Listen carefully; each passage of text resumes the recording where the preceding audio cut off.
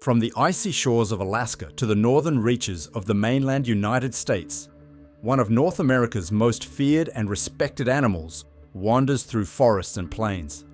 For 45,000 years, the brown bear's most common American subspecies, the grizzly, has acted as one of the top predators of the continent.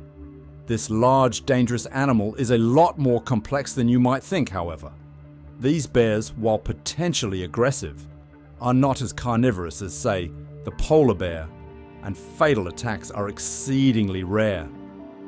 In reality, these bears lead intricate, hidden lives in the American wilderness, interacting with and surviving in their range of habitats in a number of spectacular ways. In today's video, we will be exploring the life and times of this magnificent carnivore in detail, looking into how the grizzly bear came to be, how it lives and hunts in the woodlands of America, and what its relationship with human beings has looked like over the years.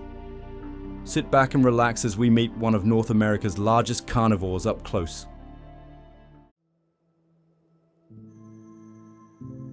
The grizzly bear is a North American subspecies of the brown bear, a species from Eurasia that migrated across a now absent land bridge between Alaska and Siberia in the Ice Age. Grizzlies are not the most common bear in America. That accolade goes to the American black bear. Populations seem secure and these animals are not under any present major threat in their natural habitats. That habitat can be extremely diverse too.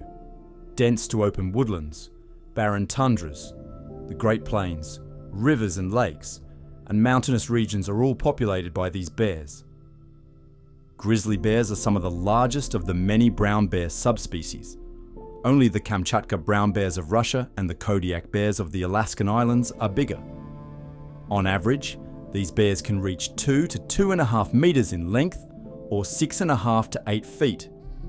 Males can weigh in at almost 400 kilograms or around 850 pounds, with the significantly lighter females reaching about half that amount. Size and weight can fluctuate across grizzly bear populations, however.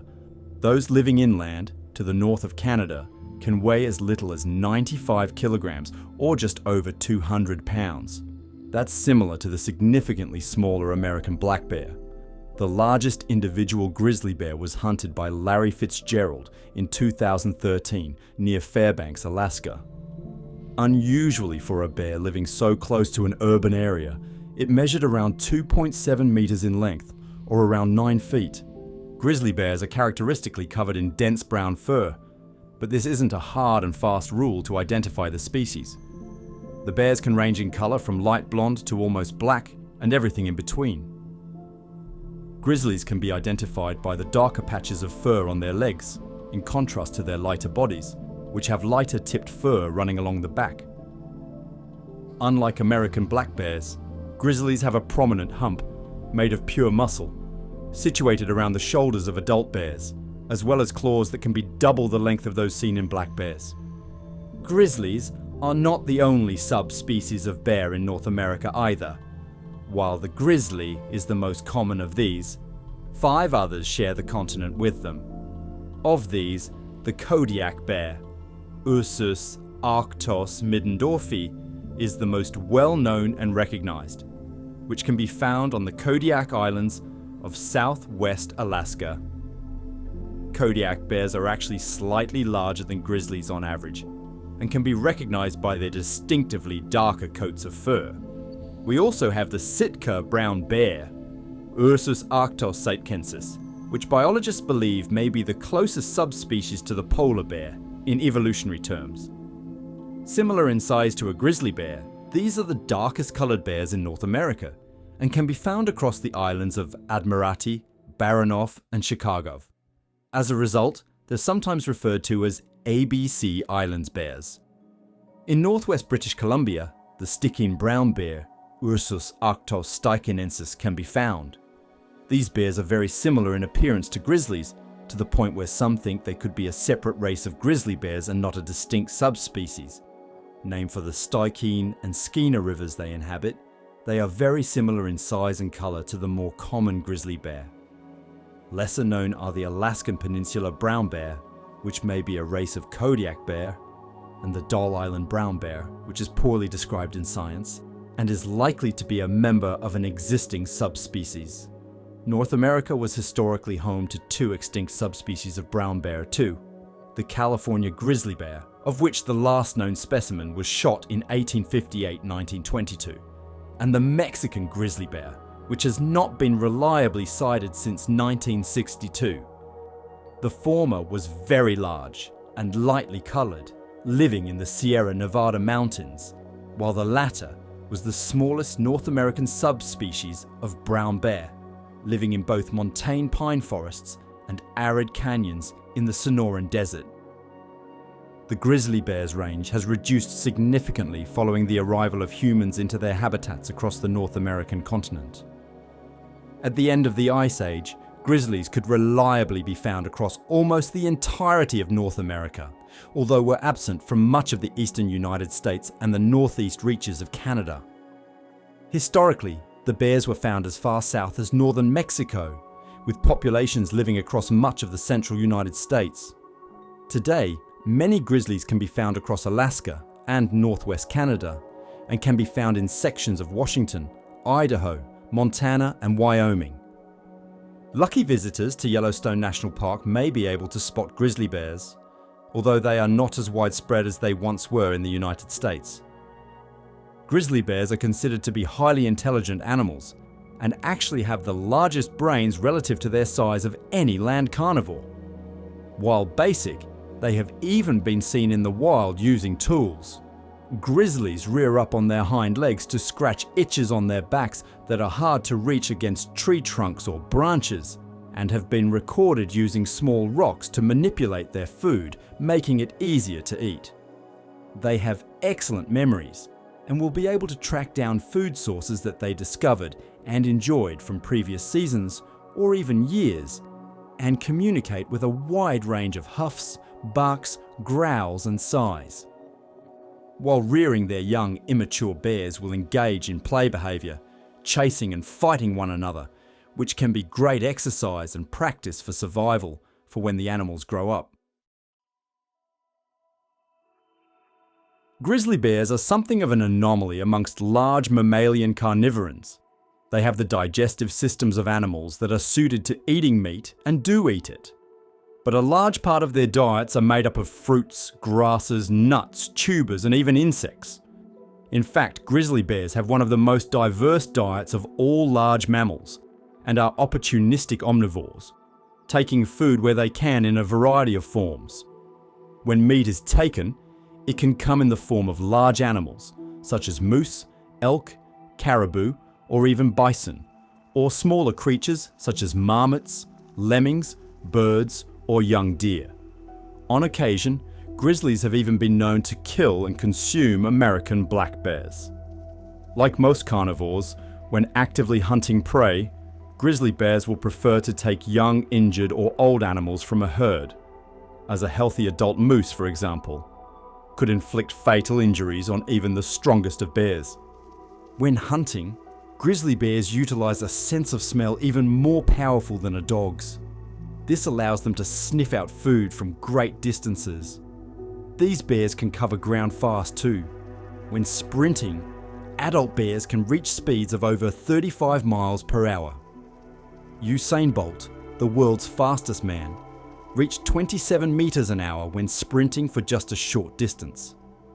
They combine this surprising speed with superior strength to bring down large prey animals. While big cats typically bring down their prey by delivering a bite to the throat, grizzlies are typically messier when making a kill. Bears will attempt to grab prey and bring it to the ground using their body weight, snapping at and mauling weak points on the animal as it goes down.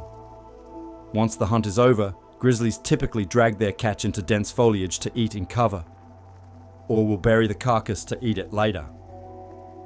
Grizzly bears have been known to aggressively defend their kills from scavengers and rivals until the entire carcass has been consumed. Meat and vegetation is good, but grizzly bears have a clear favourite when it comes to food: fish. This energy, rich, fatty, plentiful food source is covered by bears across North America. There may be no greater spectacle in the wilds of America than watching grizzly bears congregating at rivers and waterfalls for the annual salmon run in the summer and autumn. In British Columbia and parts of Alaska, this is a huge event for bears to stock up on food ahead of the colder months, and they obtain it masterfully. Here, bears gather at points along rivers where salmon need to jump out of the water. This could be a waterfall or a patch of shallow, rocky ground. As the salmon leap to continue their migration upstream, the bears seize the opportunity to snap up the fish in their mouths or swipe them onto the riverbank with their paws. Some bears opt to take a more direct approach, leaping into the shallows and chasing a salmon through the water. The salmon run brings bears into direct contact with one another, where they perhaps would prefer to travel alone. This can lead aggressive males to fight for the best fishing spots, which can lead to painful injuries for those that bite off more than they can chew. As well as foraging and hunting for themselves, grizzlies will often seek out carrion and face little competition from other hunters and scavengers in their environment. Adults are large enough to scare off packs of grey wolves, mountain lions, coyotes, and even other bears. Black bears, or smaller grizzlies, will typically give adults a wide berth. Why risk your life over one carcass when you can exploit such a huge range of food sources? Between 5 and 7 months of a grizzly bear's year is spent in hibernation, a period of torpor where the animal will effectively shut down its body and sleep through the coldest months of the year.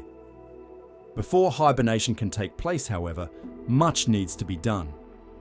Before the cold winter months, a female bear will give birth to her cubs, which will then be fed a steady supply of milk. The adult bear must consume a huge quantity of food before settling down to hibernate, to build up fat reserves to keep the animal going throughout their long slumber. This is known as hyperphagia, and bears can gain as much as 180 kilograms of weight, or 400 pounds, in order to prepare for hibernation. The bear then needs to find a suitable location to construct a den. Dens must be concealed from predators and need to be insulated to keep both the adult bear and any potential cubs warm enough to survive the winter. Interestingly, bears will typically wait for a period of intense snowfall before they enter their den and start hibernating, so the entrance will be effectively hidden from other bears or mountain lions who might be looking for a quick meal. While most bears wait out the winter in this way, some populations skip hibernation entirely. Grizzlies living along coastlines or warmer regions where food is more readily available in winter won't opt to hibernate and can be found roaming the wilds all year round. Like many bear species, adult grizzlies are typically solitary animals, aside from when the salmon run takes place. Female bears will keep their cubs with them for anywhere between 2 to 2.5 years, over which time they are extremely defensive of them.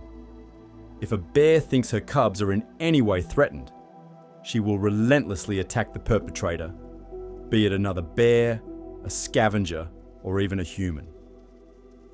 Grizzly bears have one of the lowest reproductive rates of all North American mammals, and will take a 3-year break from rearing offspring following the departure of their cubs.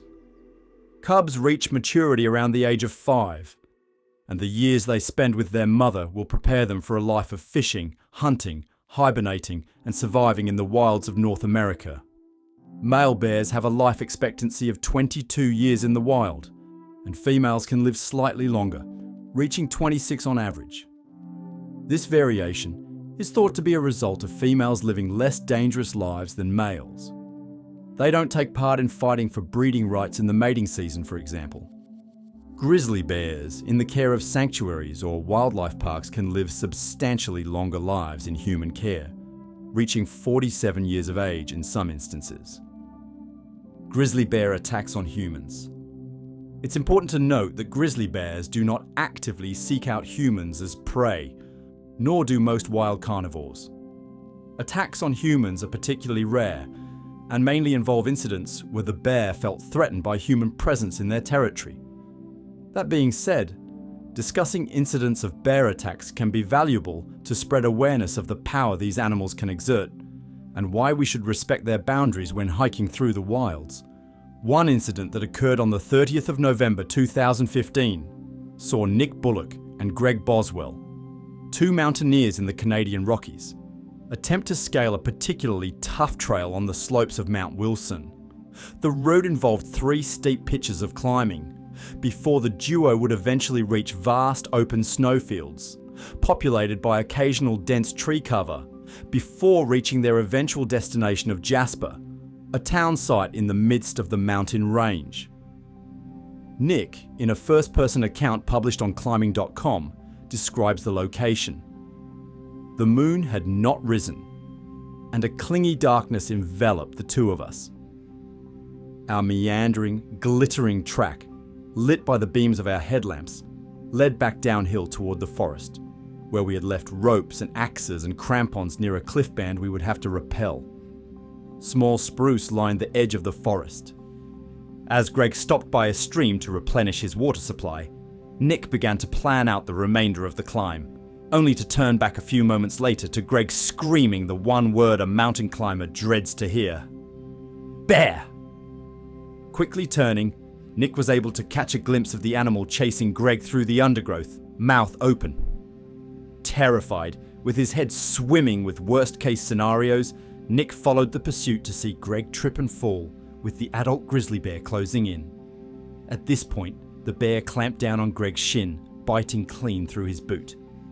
With his free leg, Greg tried to kick the bear in an attempt to deter it, but the grizzly bit down once more, this time digging into the skin around his shin, lifting him from the ground this time. As Nick contemplated his options, pondering the feasibility of facing the grizzly with his ski pole, Greg managed to free himself and run to Nick as fast as he could with his wounded leg. The duo began to shout as loud as they could at the bear, making themselves sound as intimidating as they could to put the animal off. With a little bit of time bought, they backed off into the woods they had just emerged from, all the while expecting the bear to lunge through the foliage after them. They managed to make it back to their climbing gear and armed themselves with their axes, unsure if they would be enough to deter an adult grizzly bear. Terrifyingly, Nick and Greg soon found themselves lost in their attempt to proceed along their escape route to safety. Here, they decided it would be best to reach higher ground and wait for the sun to rise so they could use natural light to their advantage. They aimed for the top of the cliff with a view to abseiling down again to reach civilization once more. They eventually found their way to the ropes they used to reach the trailhead, abseiled back down, and hiked, as best they could, back to their jeep parked by the road. Along the way, they shouted, to deter the bear that very well could have picked up the scent of Greg's bleeding shin. Nick and Greg were eventually able to make it to Banff Hospital, where the deep wounds in Greg's leg were soon treated. Thankfully, nobody was killed, but this serves as a classic example of how dangerous these animals can be, even to experienced hikers and climbers. So, if you find yourself in a dangerous situation with a grizzly bear while out hiking in a national park, what should you do?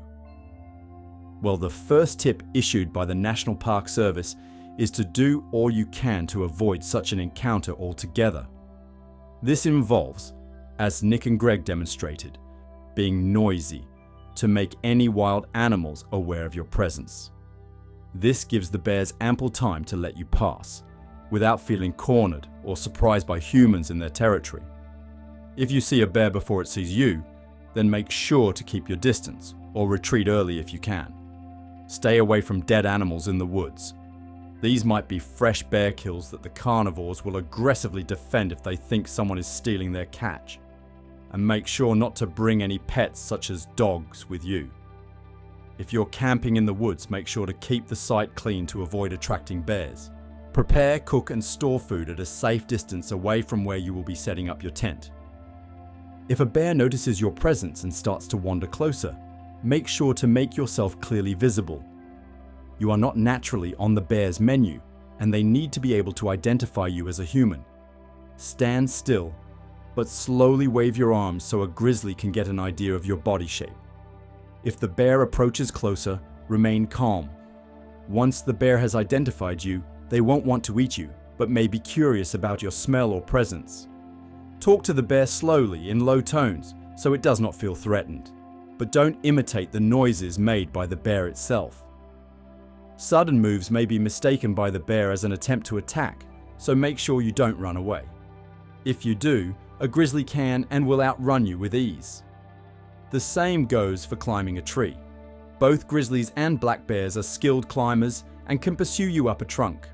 Attacks can be avoided by hiking in groups, as bears won't want to put themselves at risk around large groups of people, but make sure to pick up any small children you might be traveling with around bears to avoid unpredictable movements and noises. If the bear remains still, this is your chance to slowly back away until the animal loses interest. In the worst case scenario, where a grizzly does attack, the best thing you can do is play dead. Protect your weakest points by clasping your hands around your neck and lay face down on the forest floor. By spreading your legs, the bear will find it more difficult to flip you over and attack you at the front, where you're most vulnerable. You should then stay in this position until the bear loses interest. Fighting back can anger the bear, but if this is your only option, make sure to aim for the animal's face, using any means necessary to deter the creature from delivering fatal swipes or bites. EPA-approved bear spray can also be carried if you're hiking through areas where bears live, which can be aimed at the bear's face in the event of an attack. If you find yourself attacked by a black bear, it's a different story. It's very important you do not play dead around these smaller, darker-colored bears, as this can encourage them to attack. Rather, try and make an escape to your car or a nearby building. Black bears are typically found closer to human habitation than grizzlies, or fight back if you need to. A bear is particularly weak around its face, so if you find yourself in a desperate situation, use anything you can to get yourself to safety. For those wishing to watch grizzly bears in the wild, the Grizzly Bear Foundation, a leading conservation charity helping these giant carnivores thrive, has provided several responsible bear tours on their website, where tourists seeking some of the most awe-inspiring sights in nature can come within a safe distance of grizzlies. Great Bear Nature Tours, for example, offer excursions from Port Hardy, which takes tourists through the forests and river valleys of British Columbia, Canada. Their ecotourism lodge is based on the lands of First Nations people, who benefit from the money made from these tours. You won't just see bears here either. Other large carnivores such as wolves and mountain lions make their homes in these forests, while bald eagles fly overhead, plucking fish from the rivers and lakes. Killer whales, humpback whales, sea lions and sea otters live here too, as do the salmon the bears feed on at vital points in the year. For more information on how you can see grizzly bears responsibly in the wild, take a look at greatbeartours.com. The grizzly bear has lived in North America for longer than human beings, but other contemporary species from the Ice Age, including short-faced bears and polar bears, were there long before brown bears traversed the land bridge connecting Siberia and Alaska. A population of Eurasian brown bears, at some point during the Pleistocene epoch, traveled over the Bering Land Bridge and steadily increased their populations as they spread out across the new continent. Here, they were able to adapt into a new subspecies, the grizzly, and firmly establish themselves in North America by the time the Bering Land Bridge disappeared. Around 10 to 20,000 years later, the first human beings crossed the Bering Land Bridge and found themselves in a similar situation, spreading out and establishing communities of hunter-gatherers and tribes across North America. Eventually, the Native American communities and First Nations peoples would establish themselves in lands occupied by grizzly bears. Native American communities seemed to view the bears with an air of deep respect, but underneath that ran an even deeper sense of fear. And understandably so. Many tribes opted not to hunt bears out of this culture of respect, and those that did often viewed bear hunts the same as intertribal warfare. Hunts were preceded and succeeded by ceremonial activity, and those that delivered the killing blow to a bear were decorated and respected in the tribe. Native peoples in California, in the historic range of the grizzly bear, opted to avoid hunting grizzlies entirely out of fear of losing hunters to attacks. Living in such close proximity to dangerous animals would have taken its toll on many occasions, however, and there are reports of mauls and killings by bears on native peoples by European colonists and authors, despite the care they took to avoid coming into contact with them. Grizzly bears would also find themselves staples of Native American folklore and mythology. Sleeping Bear Dunes, for example, a national lakeshore in Michigan, is named for an ancient Ojibwe native legend. In the story, a grizzly bear and her 2 cubs were swimming across Lake Michigan, but the 2 cubs drowned in the process. These young bears would become the Manitou Islands that can be found on the lake, while the mother bear reached the shore safely and slept while she waited for her cubs to join her. Sadly, they never came, and over time the adult bear became covered with sand, mythologically creating the large dunes that can be found at the site today. Following colonialist expansion across America, grizzly bears were eventually formally described and scientifically named in 1815. The brown bear, the parent species of the grizzly bear subspecies, had already been assigned the specific name Ursus arctos. Ursus means bear in Latin, whilst arctos means bear in ancient Greek, so the brown bear's name literally translates into English as bear bear. The scientific name for the grizzly bear subspecies is Ursus arctos horribilis. Horribilis can mean dreadful or horrible in Latin, which was chosen to reflect the intimidating, fearsome appearance of these large carnivorans when seen up close. Famed explorers Lewis and Clark first gave these bears their common name in the early 1800s, initially referring to them as grizzly bears. Grizzly became grizzly over time, and is the term commonly used to denote this specific subspecies to this day. Since grizzly bears are typically more aggressive than American black bears, they have come into more conflict with humans over the years following the expansion of settlements in North America than the latter. They are not as aggressive, however, as popular culture would lead us to believe. 70% of all recorded fatal grizzly bear attacks have been inflicted by female bears rearing their cubs. They do not seek out human flesh and in fact try and avoid human settlements where they can. If a bear attacks, it will do so usually out of fear or surprise. Grizzlies that do wander close to human habitation can often be deemed problem bears, which often face persecution to keep communities safe. Problem bears have, in the past, been transported to other regions of North America, or have been outright killed due to their proximity to humans. Today, the government of British Columbia, Canada, spends an average of $1 million per year addressing concerns and complaints regarding grizzly bears as they relocate or kill the animals involved. In the modern world, with the rise of hobbies such as backpacking, camping, and wildlife watching, efforts have been made to make the general public aware of the dangers represented by bears so authorities don't have to get involved in harming grizzly populations. In North America, communities living near bear populations are encouraged to keep their refuse securely stored and to keep any livestock or pets away from areas bears may traverse. Backpackers staying overnight in forests where bears live often hang food high up between trees, where adult bears cannot climb to reach. Bear spray has been mass-produced to keep hikers safe from attack, and those concerned about bears should travel in groups of 6 or more to significantly reduce the chances of bears choosing to attack. Conservation groups consider the grizzly bear to be threatened in the United States and endangered in Canada. While populations are thought to be stable today, they have massively declined historically, and the bears need human help more than ever. Governments having set up national parks and nature reserves has helped the bears along the way, and reintroduction schemes have begun releasing the bears into the North American wilds to promote the rise of populations in threatened areas. Many regions have implemented no hunting policies on grizzly bears, and some have limited public access entirely to prevent humans from coming into contact with bears. Sadly, targeting by human beings is likely the most common cause of death amongst grizzly bears, and we have had an enormous impact on their environment over the years. Because these animals have the ability to attack and kill humans, we tend to paint them as monsters, and bears have been demonized in the media as a result.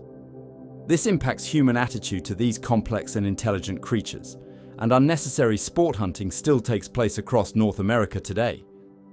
Hunting regulations have been imposed in some areas, but this does not stop the particularly bloodthirsty from continuing to seek the bears out as trophies.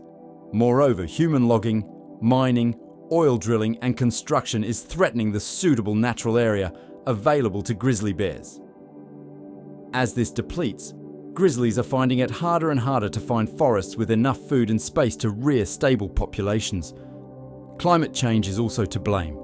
Changes in temperature across North America can change when food sources become available and can alter hibernation times across autumn and winter. The grizzly bear is surely one of the most awe-inspiring animals of the natural world, even at face value. This strong, speedy apex predator of the North American wilderness has inspired humans' creativity for millennia and, with any luck, will for the foreseeable future. The bear's population will hopefully remain stable in the areas in which they live, and with the help of future reintroduction schemes, we may one day be able to see grizzlies occupying their historical ranges once again. Further action is needed to ensure that the public can enjoy bears safely, whilst taking care to preserve bear habitats and respect their territory to avoid conflict. The Grizzly Bear Foundation, a charity that supports the welfare of bears across North America, is a key charity to support if you would like to contribute to the conservation efforts of these charismatic and beautiful animals. You can visit their website at grizzlybearfoundation.com to find out more about how they research bears, educate the public about them, and advocate for their rights.